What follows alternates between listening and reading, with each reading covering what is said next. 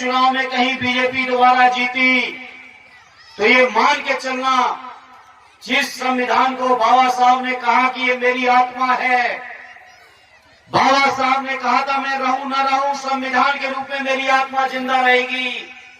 ये बीजेपी के लोग बाबा साहब की आत्मा को भी मार देंगे आने वाले चुनाव के बाद, अगर ये जीत पाए। इसलिए मैं आपके बीच अपील और प्रार्थना लेके आया हूं। भाई संतोष यादव जी अपने प्रचार अभियान में एक बात कह रहे हैं, मुझे भी कुछ कार्यक्रमों में उनके साथ रहने का मौका मिला कि देश के संविधान में 280 पेज हैं और देश की लोकसभा में भी लगभग 280 चाहिए बहुमत के लिए, 72-80 में ज्यादा अंतर नहीं है।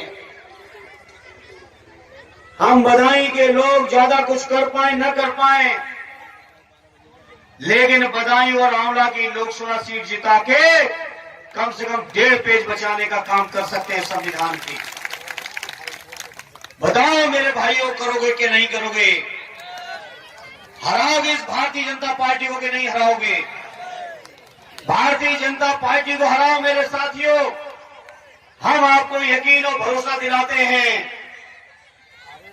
आपने लोकसभा का मेरा कार्यकाल देख लिया होगा।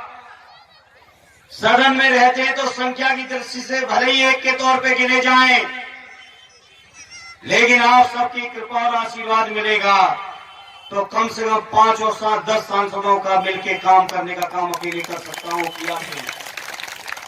किया भी हूं साथियों। ये मैं आज इस मौके पर आपसे अपील और प्रार्थना लेके आया हूं।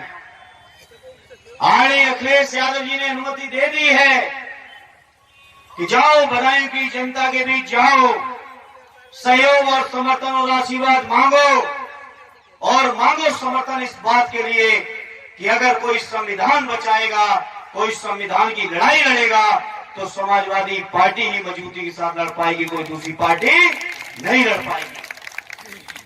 साथियों, मुझे इस मंच से नहीं कहना है, बहुत शानदार गठबंधन बना था 2019 वाला। अगर वो शानदार गठबंधन होता तो ये तय था कि 22 में बाबा जी कहीं ना होते। बताओ होते नहीं बाबा जी?